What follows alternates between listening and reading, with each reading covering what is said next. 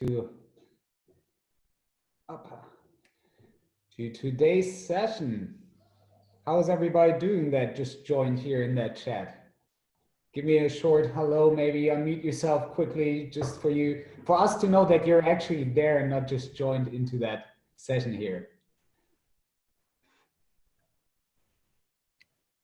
Guys, how about you? Shrutihara, Hamlet, Sharia, Ahmed, Abhishek, Himanshu. Say, are you here, guys?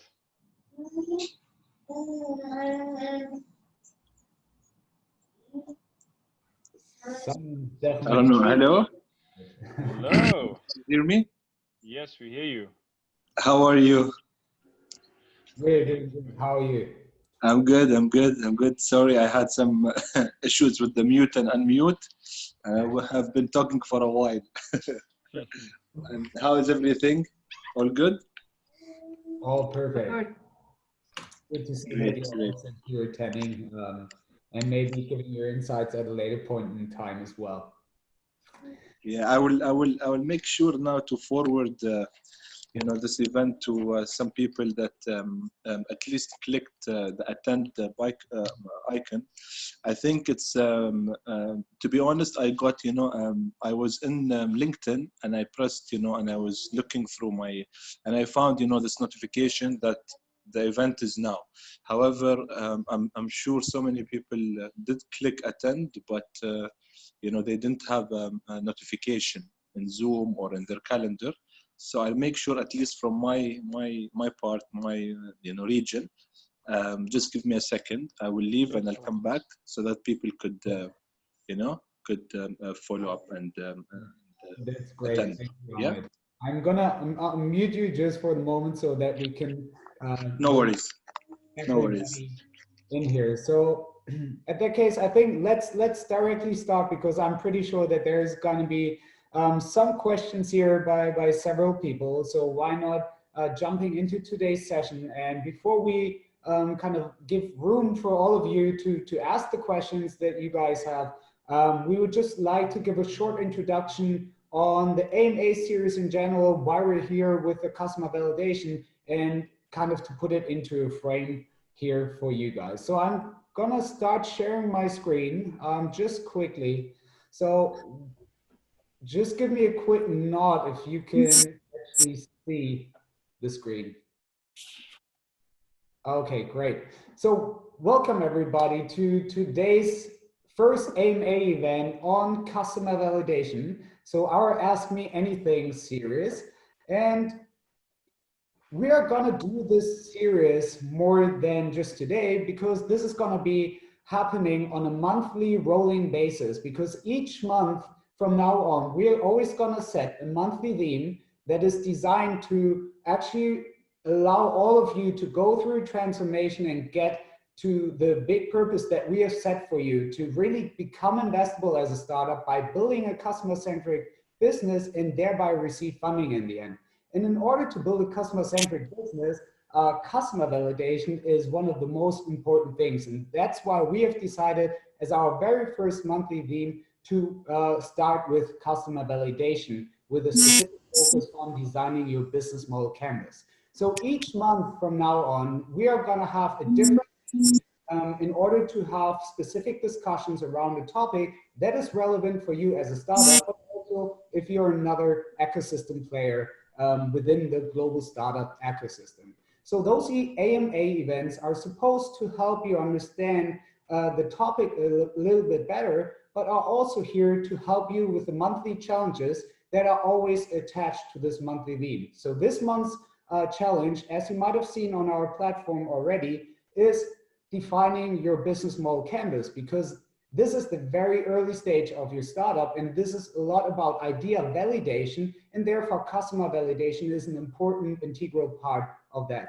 So from now on, every second Tuesday of the month, we are going to have an AMA session that is attached to that monthly theme. Within those sessions, you will always have the chance to ask the questions that you always needed to have answered to a variety of experienced entrepreneurs.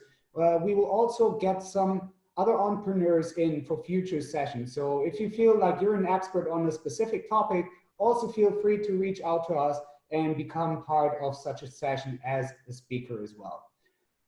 So again, this monthly theme is for June 2020 is customer validation. And we're just going to quickly say, why is it important? I mean, again, customer validation is always followed by the fast failure principle. So it's about really making the mistakes as fast as possible, learning from them, iterating, and then building a customer-centric business around that.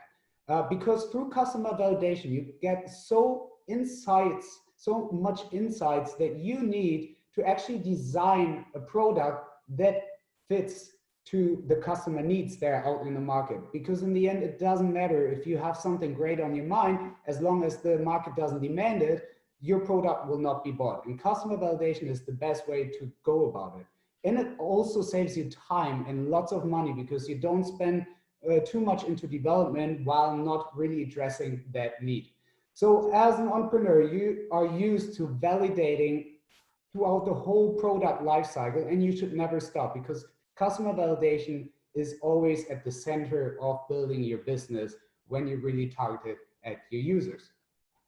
Now, before we go into that open session here, I just want to quickly let you know on how you can actually conduct customer validation on our platform, because those polls and questions are actually the most powerful tool on our DueDash platform to get engagement, but also feedback from experienced entrepreneurs out there that can really help you get to the next step. So in total, there's 4 different types of customer validation or polls that you can run on our platform.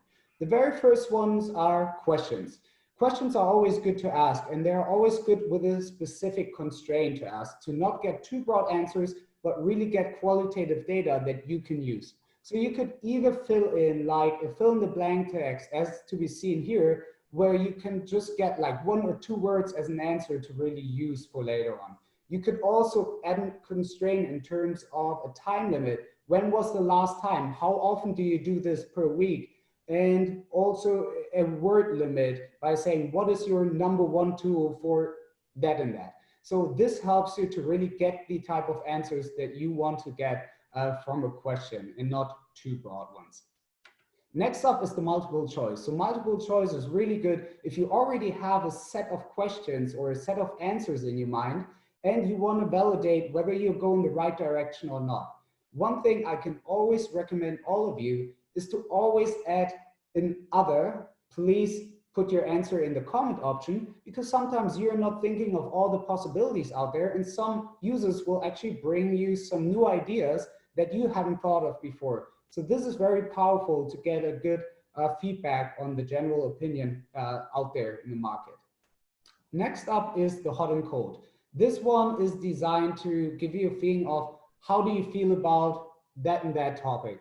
So as you can see, after you've actually given the answer yourself, you can compare yourself with the network average. So what are other people answering in regards to that? We, for example, ran a poll on how much did COVID-19 affect your business, and you can see there's quite some diversity within our DueDash community in regards to that. Some of them have suffered, and some of them have really found new opportunities. And what we did with such question is you can take the answers that you get from there and do some follow-up questions on that, so you can even go deeper and deeper into your customer validation aspect. So you don't have to stop with one type here. And then last but not least, you can run those percentage polls as well. So they're very good if you want to get a feeling on trends in the market or dominating opinions, or if you want to validate how much time per day or how much do you agree with a specific matter. For example, in that regard, we ask what percentage of the day are you spending on customer validation? And then you can also get a feeling whether you're more or less aligned with the network's average or not. So this is just for you as a baseline that you understand to really start using those type of things also within our platform to do your own customer validation and get engagement on things that matter to you. So this brings us to the validation, the customer validation that we have run ourselves on this platform. And we've just started a short poll this morning in order to get to know what are the areas that you are least familiar with when it comes down to customer validation. And we already got a few answers here, and we can see that especially the willingness to pay you're less familiar with, but even the very early stage idea validation is something you would like to know more about. And at this point, I would kind of like to stop this presentation here and now give that room to you guys to ask those questions that you're least familiar with so that we can help you do your customer validation a bit better in the future. So at this point, again, let's start with some questions from your end. Yeah, and maybe to kind of break the ice here, you know, every question is valid, you know, anything you want to know. I think we can just go into that. And yeah, feel free to share anything you're interested in. I'm seeing, you know, you can also kind of put it on your videos, you know, we can see you in that way. If you have your camera in front of you, kind of like put your video on, we see you and we can start engaging. And I'm putting a bit on the spot, but Shrutihara, I see you already have your video on. Maybe we can start with you. Do you have any open questions on, you know, customer validation, anything like you're doing right now to validate your ideas?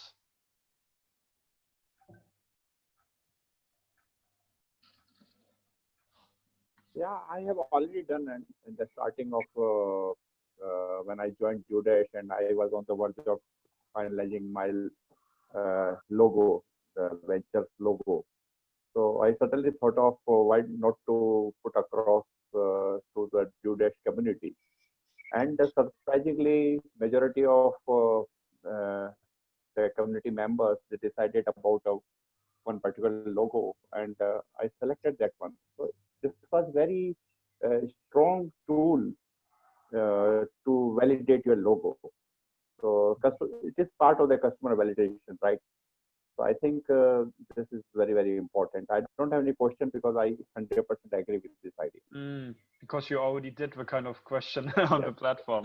But yeah, that makes sense. It's a good point that you used. I can actually show this quickly because I've thought of that before, and you can have a look. This is how Shrutihara actually conducted his poll in that regard. So as there was no option directly to put pictures into the multiple choice option, he kind of went smart about it and asked people to decide on a final logo, whether it's A and B. And the next time you saw him writing an article around his RoboSmart Labs, you could see that he has actually decided to go with option A, which the majority of people has answered. So this is a great example. Thank you, Shrutihara, for sharing this at this point on how you can actually run such a poll, and also with success on this one. So maybe to give you an idea for further questions to be asked in this regard as well.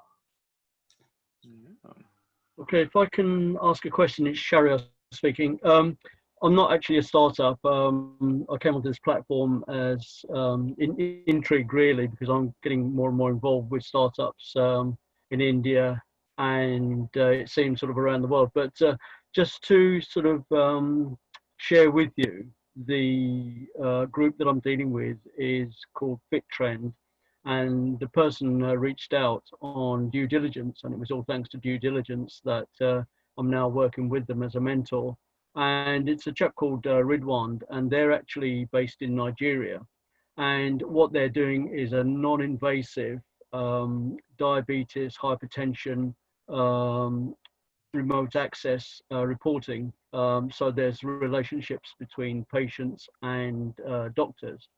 And in Nigeria, it's a very different case from Europe case model, where every person is responsible for their own health and there's always money involved. But in terms of sort of getting feedback, what they were actually looking at two different scenarios: one, diabetes as a separate entity, and then hypertension as a separate entity. And what's happened since me coming on board, we're now looking at the sort of subsection in between, which is also a specialist sector in itself, diabetes and hypertension. But in terms of what we're talking about today, the feedback has been from the doctor's point of view, the person who does the diagnosis. Now, what are they thinking about this? Because that they are involved in the whole process. That there's a partnership going on here, which is to do with the patients, the system itself, and the doctor, and what outputs is given, etc. So getting validation from the doctors, the ones they've spoken to already, has been very, very positive. So and also they've asked to get involved. So these are specialists in Nigeria, and so the validation is there, which is it's a good process to go down. And I can sort of seeing it from my point of view, but also seeing it from theirs, and also from what you're saying as well, how important this is. It is part of the journey that collaborations or whatever it might be, this does have to happen. It's not a case of maybe it can work, maybe it can't. No, it for me, it's part of that journey. So I just wanted to share that with you and get your thoughts on it as well.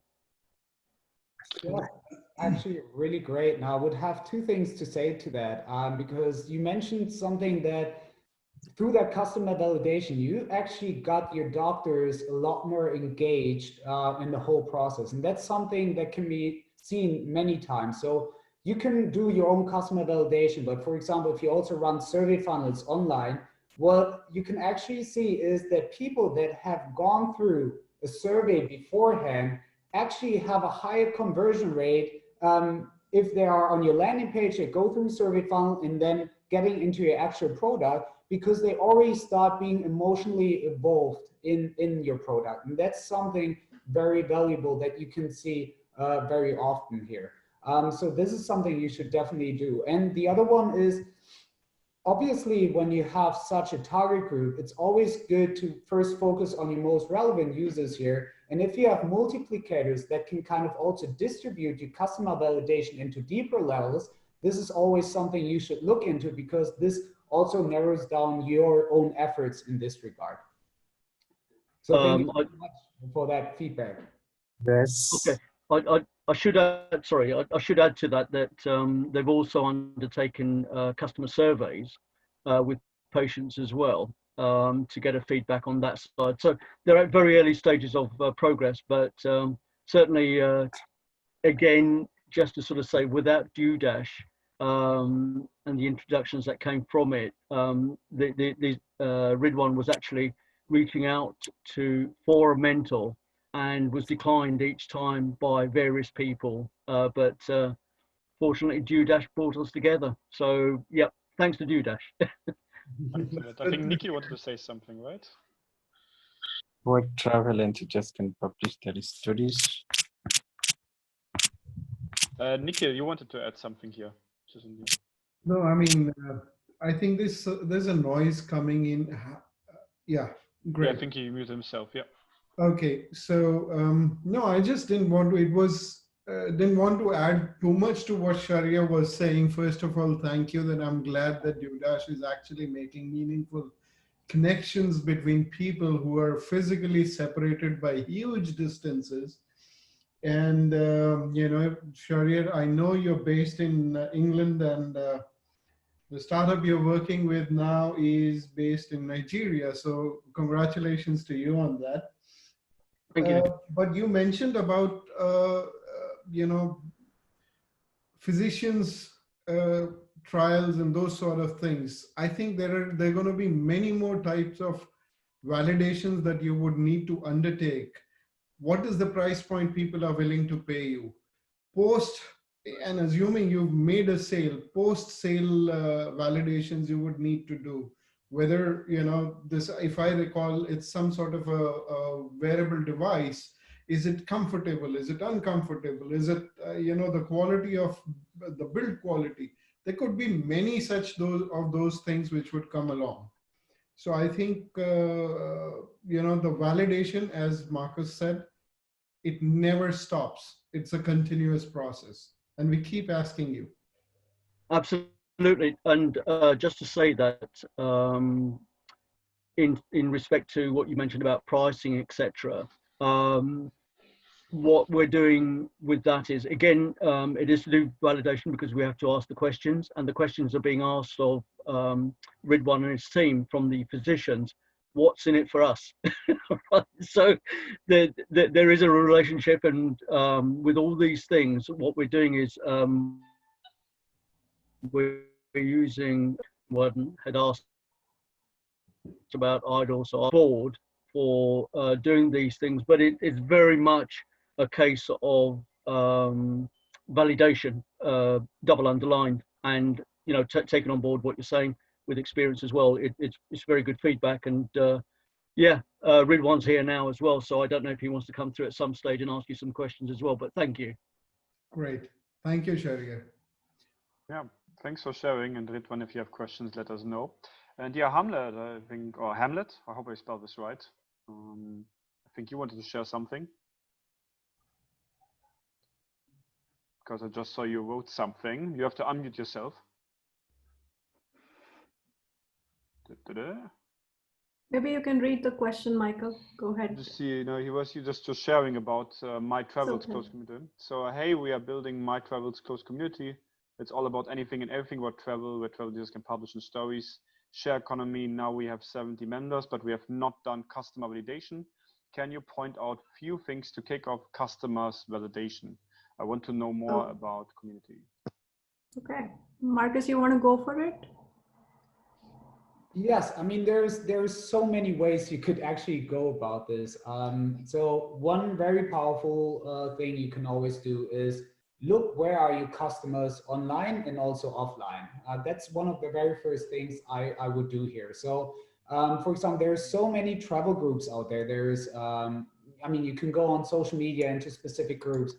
You can go out on the internet if you want to have a more international group. Let's go for communities like Reddit, but also have a look through comments yourself on TripAdvisor, which can already give you some good insights, and then start posting a link to a survey online. So there's many tools out there like SurveyMonkey, Typeform, and all that. They're partially free to use, and you can connect them to a landing page in that regard. So if you feel like you don't want to directly get them to your website, maybe start with a landing page that is just purely very basically designed and is supposed to really give you first some customer validation. So you can build that landing page, for example, with tools like Instapage or MailChimp, HubSpot, all that. You place your link here to your Typeform, you let the people go through that, ask those questions that you really need to get answered, and then you can ask them at the end, hey, do you want to leave your email, or here's the link to the website, and you convert them in there. But especially once your community is very small, it's even better to do that customer validation up front, because then you can, from the beginning on, design your product a lot more to what the travel people actually demand here. And especially, as you said, it's all about anything and everything about travel. So the question is whether you should actually get a focus in here, or whether there is at least one specific message that you need to get out there to attract new users coming into that platform. And this last part that I've just mentioned can also be done by that landing page that you have, because those tools that I just mentioned before always enable you to do some A and B testing. So you could even not just test, like, is my product needed? What are the features that need to be in there? But you can even test the messaging, like what is triggering people to actually click on that button and continue engaging with me. So those are just some type of validations that I would recommend at this point in time for you. Always, Hamlet, if you have more to add here, you can always let us know if you have follow-up questions. I think, Pahul, you wanted to say something here on. No, I guess what Hamlet has to do is, go at the very basic, the customer discovery part. What exactly are you trying to solve here? Understand your customers, their problems, and also why would they actually choose your service or product in the first place? What is their preference and their buying behavior? And then you go into the validation, because I think you really have to start from the scratch. So the first phase would be understanding and finding those customers. So you'll have to go in the discovery phase before coming to the validation. So validation is basically validate your business model. And before business model, you need your value proposition. And when you're doing both of them, they're both elusive stuff. So what you're trying to do there is you're basically validating your assumptions that you made when you created that business model and that value proposition. And that's where customer validation is very, very essential step when you want to basically get your customers to pay something. And then once you're successful, then you have to scale. So that's why it's a continuous journey. Right. Then I guess we can go next with Astro Balaji. You have a question? Hey, yeah. Sorry, my question was, initially I had one question, but then I had multiple parts, so that's why I just decided to call it, like, make it audio. So, so basically we are 4Pi Astronomics, and the thing is we are still on our early days. We have our beta version out, and we have like some people testing it. So our main target customers are professional astronomers and amateur astronomers. And right now we are like planning our customer validation process. So the question is like, what would you advise? Like saying, like we give them the beta access and then ask them to fill out a form at the end, or on the other hand, like especially for the professional astronomers who will be our paying customers, we were actually thinking about like giving them a call in person, like with the entire team, like each individual professionals who will test our platform to like, and ask them like go through the survey form with them. So that's one of my questions. So what would you advise? Like either just give them the form at the end of the whole process, or like let them go through the process and then give them a Skype call or something, and then ask them like with the entire team, ask them like, okay, what do you think about it? And you know, like a few more questionnaire at the end. So like this is kind of a dilemma that we are in right now. So that's one of my question. And yeah, the other question is, right now on our landing page, we also like post some statistics that basically what we got from like web crawling and stuff about like market insights. And we are still not sure if posting this market insights onto our platform would affect the way our customers would answer our questionnaire. So these are the two questions. So like, would it like affect if we show them saying, hey, yeah, this is like how much people really want to use this product, or and blah, blah, blah, like a few statistics around it, and then ask them a few questions. So what do you think about it? Are you interested? Would it affect? And on the other hand, it's just like, what would be better? Like letting them answer it by themselves, or give like us giving them a call and doing a one-on-one questionnaire. So yeah. So Marcus, I can actually give you, I can you know, give a bit of a segue into this process. First of all, you need to decide what's the value of your product. I mean, can you really afford a high-touch survey process or a low-touch survey process? You know, validation process. That's something that's completely driven by, are you in the business of raising capital? If you're planning to raise capital, of course, your investors would definitely want to see what is the customer validation that you've done.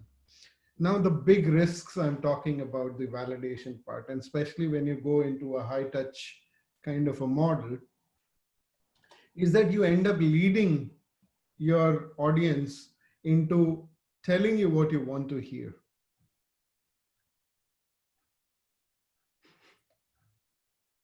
You follow me there? Astrobiology? Yeah. I do. So now that's a huge risk.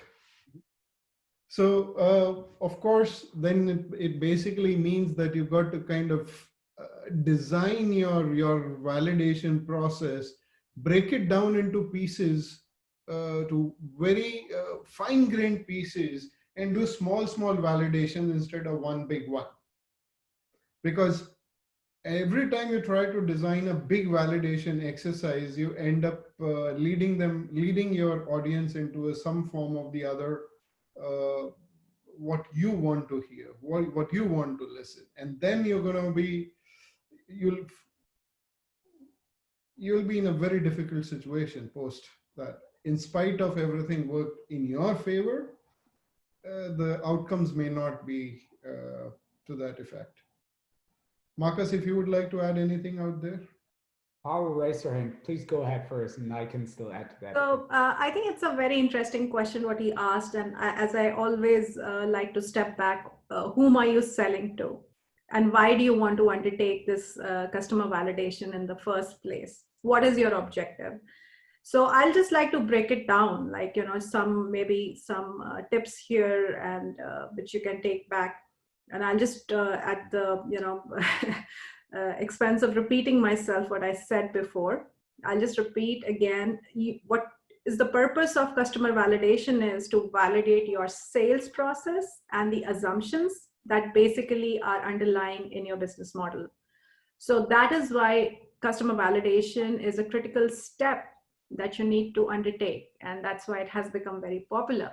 Now, while the method is there, but what is the purpose of that? The purpose of that is that it should allow you to create a predictability in your sales process, right? So the fundamental part of it is that we need to develop a sales process here. How do we go about it? First, we have to prepare to sell. Then we have to sell to some people. That's where discovery part comes in. So there you need to find some evangelists, very early stage, people who would be willing to work with you. So selling to visionaries.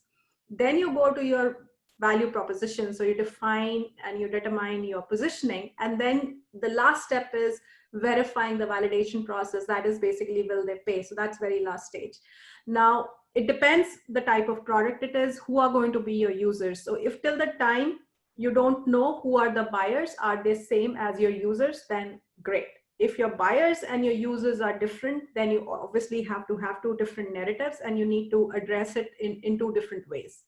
So first and foremost is understanding the preparation that is needed for selling. And in a B2B scenario, in a complicated process, that's where the biggest crunch is, whether your buyers and the users are different. And if there are many stakeholders, then you need to kind of put them all together, define different types of marketing materials, presentations, understand your strategy, what are the channels, how do you want to present that information, and what exactly are you learning in that process, because that's part of your customer discovery process. What did you basically define as a preliminary sales roadmap at that point in time, and how are you going to build on that when you come to that level of selling to the visionaries, as I said earlier on.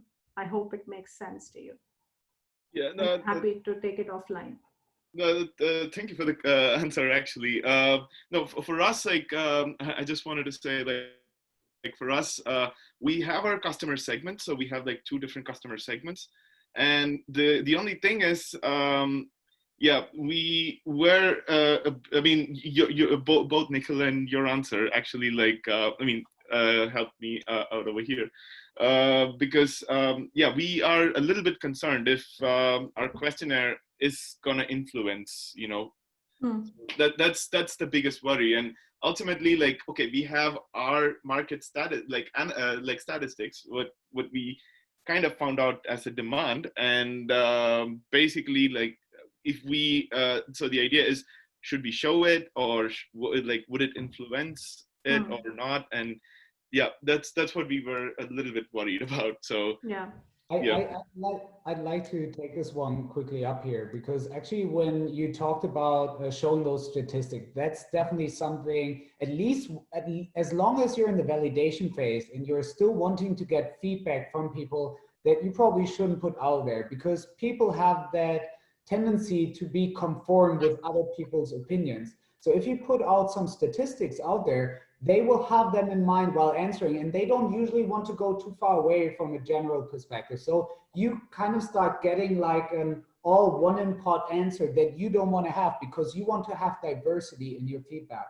And the second thing is, depending on qualitative or quantitative feedback as well. So coming back to your first question here, is what is in the end your specific goal that you're following, as kind of Paul pointed out. Because a quantitative form that you give out to them can help you to really get an idea of representative numbers out there that you could use for your statistics. However, if you feel you're at a point in time where you really need to go into detail and understand the underlying purposes behind that, then qualitative would be a lot better. So you could call them up, or ideally, in the best case, what I can highly recommend, and have done that with other people as well, like, watch them while they use your product. This is one of the most insightful things you can do, because you see how they behave, because there's two levels to interactions with something. The one is happening consciously. So if you ask them a question, they can consciously give you an answer on something. However, lots of the stuff that you don't see is happening subconsciously. And this is something that you can realize while watching them how they use it because they don't realize it themselves. So here is a matter of question what you need in this regard, and this comes down to that. Yeah. I'll just add a small tip to that, Balaji.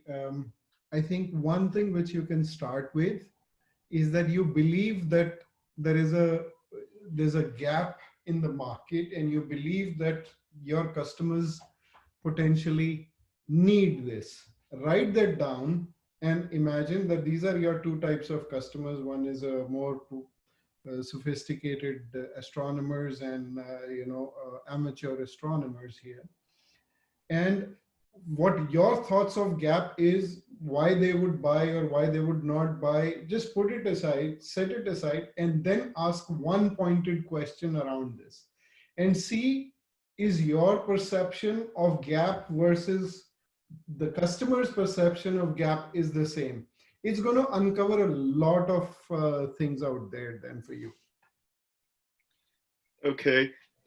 Thank you for the answers. Also, thank you for Parul, for the idea she just typed in. So thank you, guys. Sure. I guess what we can pick up next here is kind of from Johan. I think, Paul, you started kind of engaging on that, but maybe also Johan can expand on this. When you have customer validation, how many clients do you actually need to get a proper input? And I think you expanded already a little bit on that sometimes people might not understand your problem. Now we have this example with when Henry Ford asked people, what do you want, faster horses? They don't know what a car is. If maybe Parul, you want to expand on that? I think as humans, we have a habit of overestimating our potential. I think we should not overestimate, rather underestimate ourselves. So I did a very basic workshop, and I was very surprised when I went to Harvard and they asked us to this workshop. So they sent us to the Harvard Square. That's where all the tourists and all the students go.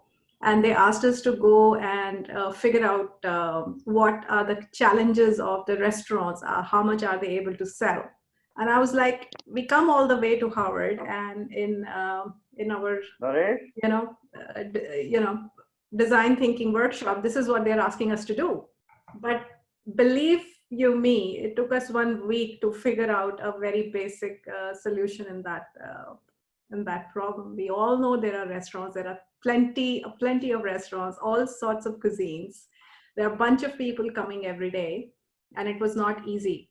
So my goal is always, whether it is a B2C or a B2B business, always take 5 to 7 people, random people. They should not be your friends. They should not be your family. They should not know you. Go out on the street. It's very difficult. People will not like you when you stop them on the street and ask them questions, but please do that. They don't like that. But if you can tell them, if you reach to people, I had one of my startups who I was advising to, and it was a very difficult B2B business use case, and his people were only available on LinkedIn, and we had to do an outreach of more than 300 people where he could get some kind of survey results with 10 people who were willing to give him some information, and then he could do a pilot with a very, very small pilot. So it is hard, it is not easy, and it is not a happy moment when somebody says, no, I don't want to talk to you. You're just stopping me on the way. I'm here to have my lunch. Why should I stop and give you answers? So it wasn't a happy feeling. So, and the important thing is, don't ask specific questions for which you're looking answers for. Ask them broad questions. Why are they here? What is it that they see as a problem? What is it that they are missing? How would they like to experience whatever they are doing? What do they imagine as a feature? Or would they like to pay for it? And if you go with those broader questions and then try to capture those customer insights, acquire that knowledge about their problem or their business, if it is a business use case, which is going beyond the problem that you are focusing on or they are focusing on, because sometimes people think they have a problem. They don't have a problem, they have a need. And if you address the need, that's when they keep coming back again and again. So it's like, put that in the context of their current operation. How is their typical day spent? And I learned it actually from Stanford. Like what Uber guys do is they pick up any random person. Every week they go and talk to somebody who uses Uber every day. And that's what they made people use Uber more and more. And they said, okay, so tell us about your typical day. And they made this person sit down, did a half-an-hour interview, and they got an insight. Oh my God, this guy books the cab, and he's living on the 3rd floor, and his taxi arrives, so he needs to be notified 5 minutes before so that he can come down.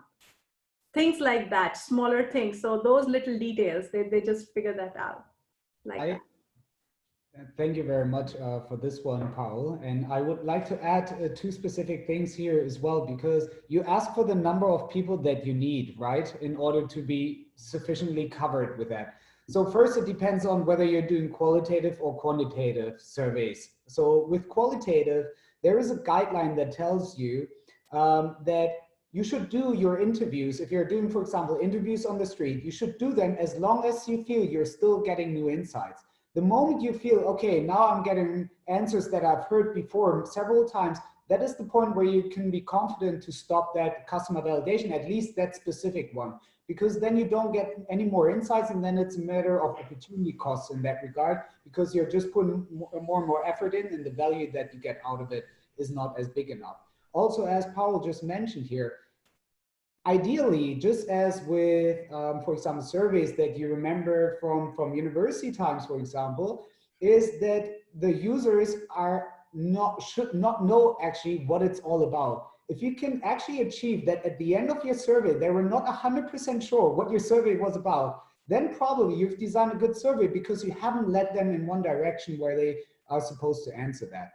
Then going to the other side, quantitative data. So it depends. If you want to have a representative opinion on specific topics, then there is a nice formula out there that is just from statistic reasons, is you have to see what is your total market. If you know your total market, you can decide, like, in order to get, for example, down to that standard deviation of 2.5% on each side, then you can actually calculate how many answers you would need in order to have a representative feedback.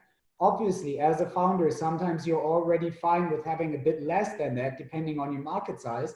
But this is also at the latest a point where you can say, hey, with this number of people, I'm fine to do this. For example, I've run a survey back then with students that have a side job. And for this, 550 students were enough for a total population of 1 million back then in Germany. So just to give you a rough number game here, if you really also want to give statistical evidence for a specific matter here. Did that answer your question sufficiently, Johan? Yeah, I think it's good. This is an interesting discussion, and I think customer validation is very, very important, but it can really be very dangerous also. And I think the big danger is that people get disillusioned when they think they have something and they ask, and the respondent doesn't really completely understand, or yeah, for whatever reason. It's a lot of talk about fail fast. But it's also very dangerous, I think, because you might write off a great idea too soon because you haven't really made the validation in the best way. So yeah, I think there's a lot of trickiness in consumer and customer validation for sure. So I think open mind is very important because what happens is that as founders, we are in love with our idea, and we kind of get a bit biased when we set up those questions.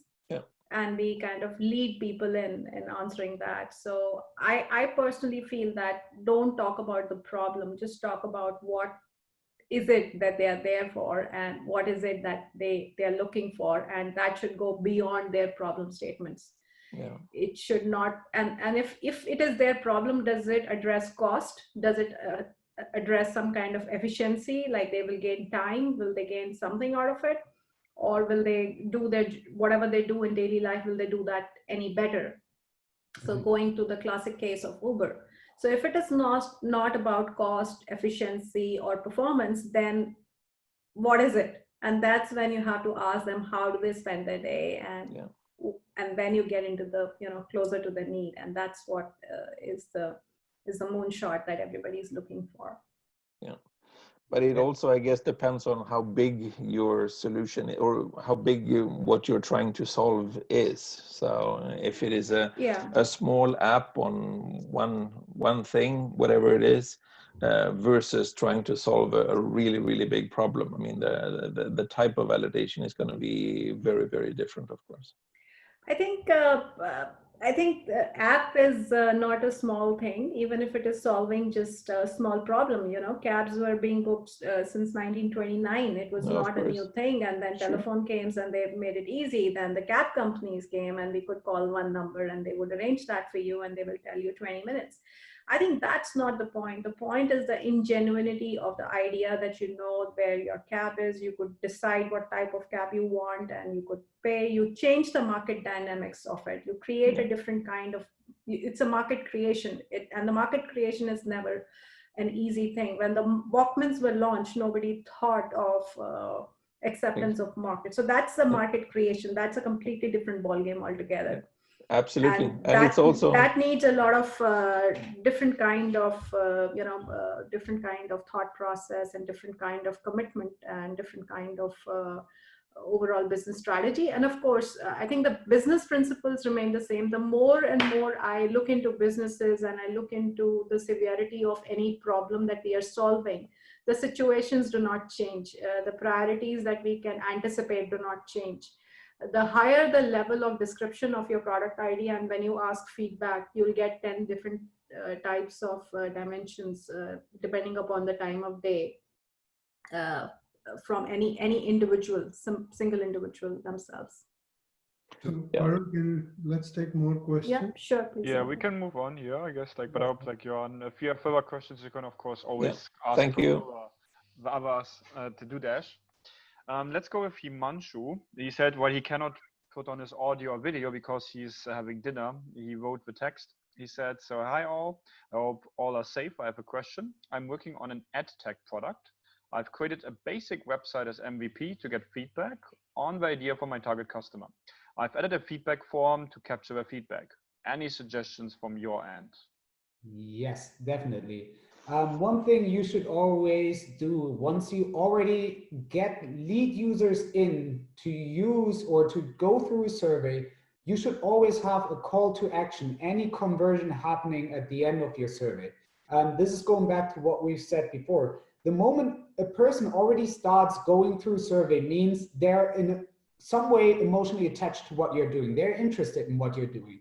And in the moment they finalize their survey, this is the point in time where you should really try to get them sucked into your product. That could be either you ask, hey, would you leave your email address here and I can have a follow-up on you? Would you be interested in that? I would like to get to know more about you. Always tell them that you're thankful for their time. Always tell them at the end, hey, that was really helpful to design a product that is more based on what you actually need. So tell them or show them your appreciation, but don't fear to ask them for further help, because usually once they've gone through that product or through that survey, they will do another one with you.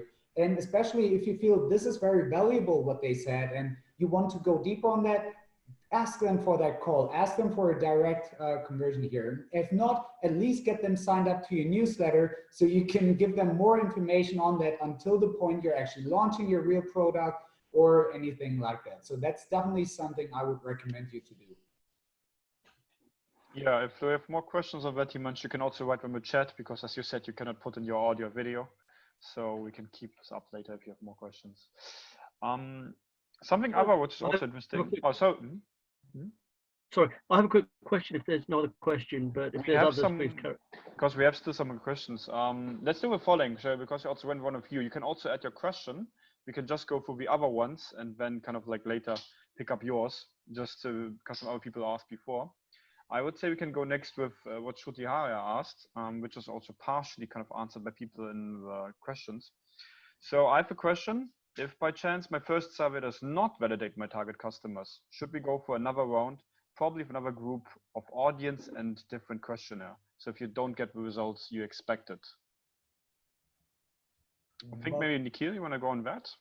Sorry, I didn't get the question. So basically, what do you do if you do a survey and you don't get the responses you hope for? You don't validate your target customer. And he asked, should we go for another round, maybe with another group of people and a different questionnaire? What do I do if my survey falls flat? I don't get the response I want. So there are two aspects to this. First of all, I mean, are you doing a random survey, or do you know who your customer is or whom you are doing the survey for? So knowing whom this is all addressed to is probably the first step. I'm assuming that you have done this exercise and you know where how you're going to go about it and who's your target. The second issue is the survey design. And in spite of that, if it is falling flat, I think it's probably something to do with the design.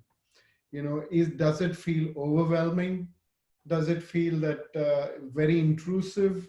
If these are the few things which you're getting back as a feedback, or you get that as a feeling, you probably need to go back to the drawing board. And one thing in this regard is having a customer validation running and not getting the feedback that you wanted is not a bad thing, because that actually, as we talked about before, that actually saved you maybe lots of time and money to be spent on this specific target group that you expected would be your ideal target customer, but it showed they might have not been. So in that regard, I just want to point that out, that getting a no as a response is not a bad thing, because that's actually what customer validation is for, also getting to know the no. And what would be interesting here to know is why no, because sometimes it's not always about getting to know why people are doing stuff, but it helps you also why people are not doing stuff. So from this perspective, you could take it two ways. First, go into another direction, make it a bit broader if you're unsure who is your next customer here. Ask it a bit broader and then narrow it down again, but still identify why people are not satisfied with the product or the customer validation that you put out there, because this helps you refine your product also in a later point in time. I hope those answers answered your question sufficiently, Sridhar. If not, you can always let us know. I think like here from Astrobiology, this is quite interesting. It is wise to also ask for a testimonial, if they wish to give one, post beta testing and questionnaire. And I think I would give a big yes. If you already went through a process, we like your product, get the testimonial, because it's always good to showcase, to other people, users, that people like your product, that they really are interested in that. And if they're willing to give you a testimonial, I wouldn't kind of like say, no, accept that, because it's the best thing you can do. Perulia, please. Yeah, they're your champions. Get them in the front for your next batch of customers to sell it for you. They'll do that on your behalf. If you can win them as your champions, you don't need anything else as a better recommendation. Even go for a video testimonial if you can. Yeah, and give them the front row seats in the next thing that you're doing. You keep in mind. Maybe as a given example, we have Ridwan Sharia just now. We didn't know that we connected before, and then we did all these things together. And Justina was like, hey, thanks, we set this up through the platform. And of course, it was nice to hear that out of nothing, he said, you helped us connect us. So, and if they offer that, take it.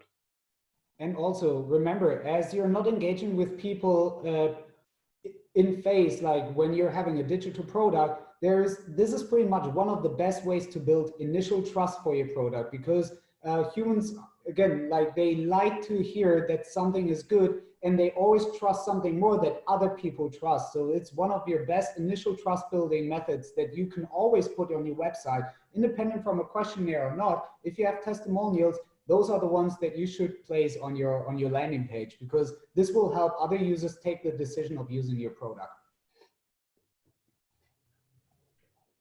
Okay, great. I guess when we had here one question, of course, we already had this question. I think Ridwan, you joined later because you asked that what's the number of responses I should be looking forward to have in my survey.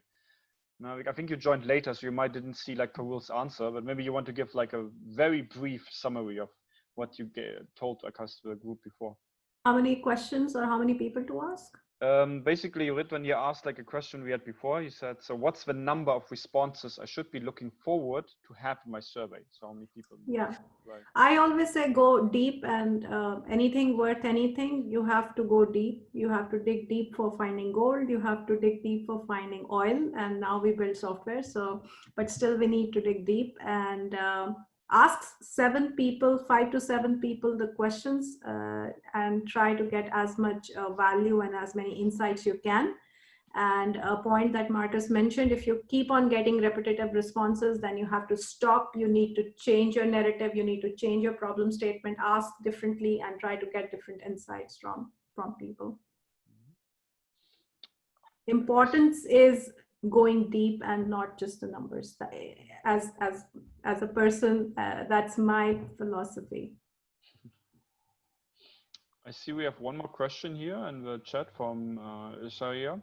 And I think I would give this to Nikhil. He asked like, hey, can I ask the DueDash team to share about your customer validation pre and post setting up? I note also continuous. How this flows into your strategy in moving forward? Yeah, Sharia, this is very interesting. There's been about 24 months of different models of customer validation, different types in different forms, in what basically drives adoption. So, I mean, this is basically a precursor to our private capital intelligence tool. And, it was kind of difficult to flip that switch in the head to how do you kind of bring all the 21st century cluster economics on the cloud in one location. And I had, Parul and I had, and of course, together with my team, we had some undue advantage, if I may say so. We happened to go back to our alma maters and speak to extremely insightful people out there, and they roasted us on our aspects. So we kind of, typically were roasted day in and day out, and even then post the academia, we went into the market with the people who are writing big checks. I mean, one of the person who's supporting us writes probably $14 billion worth of check. He runs a sovereign fund. And so the deal was that, hey, listen, I'm going to keep coming back to you with questions. As I said, we just were lucky because we have access to these people, and all they have to do is to punch holes into our thought processes.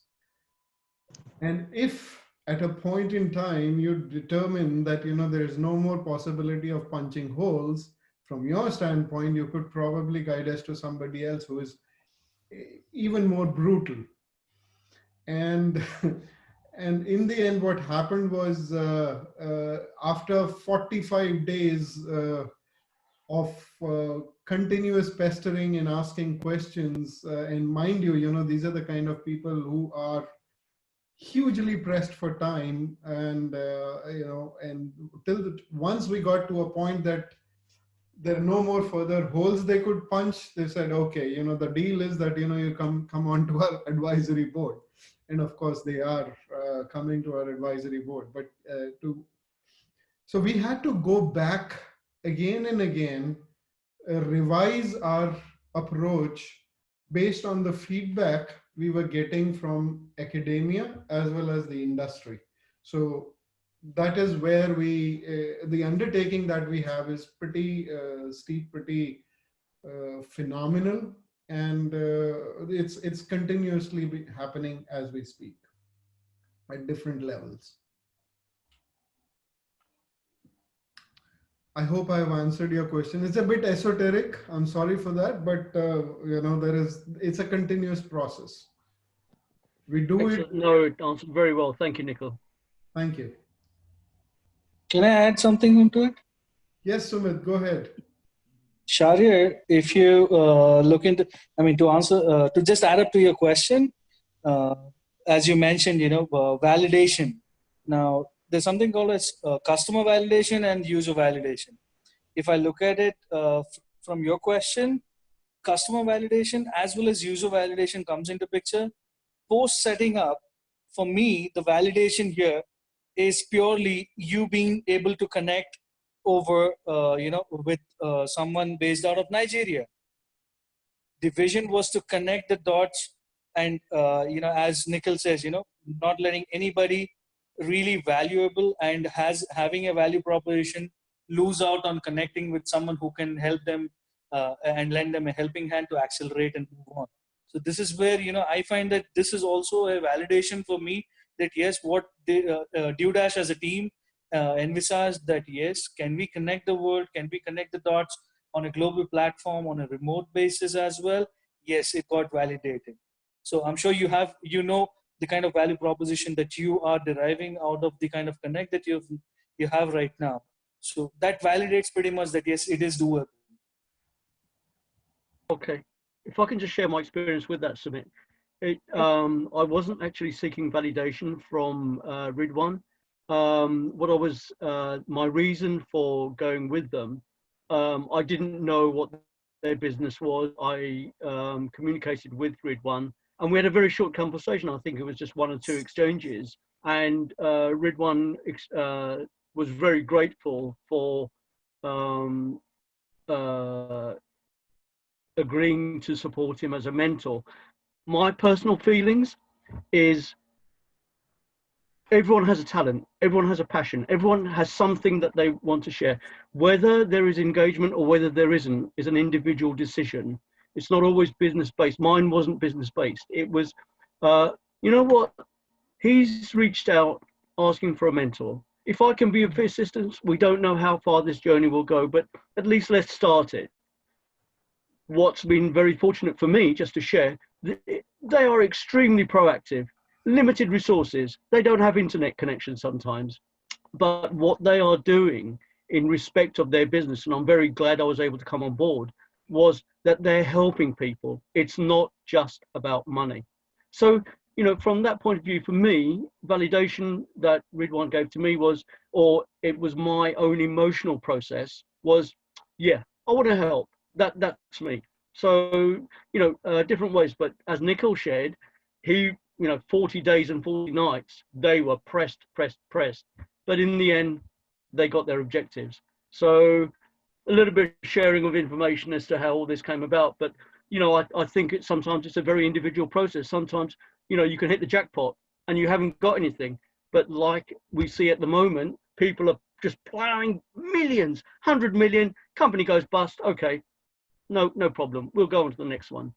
So there's many examples, but I think it comes from a sort of state of where you are with your life or what you want to do.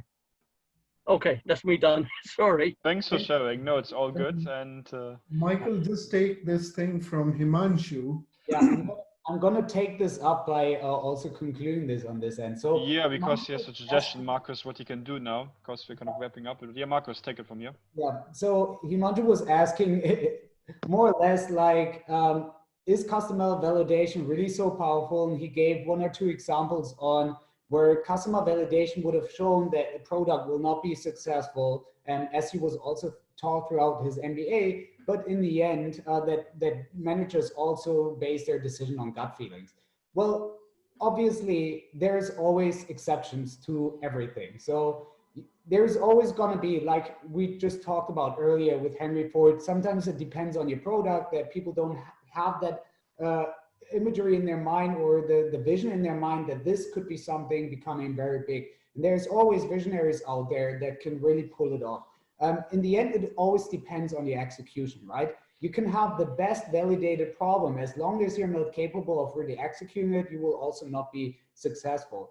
And obviously, there is this saying out there that never trust any statistics if you haven't kind of like changed it on your own.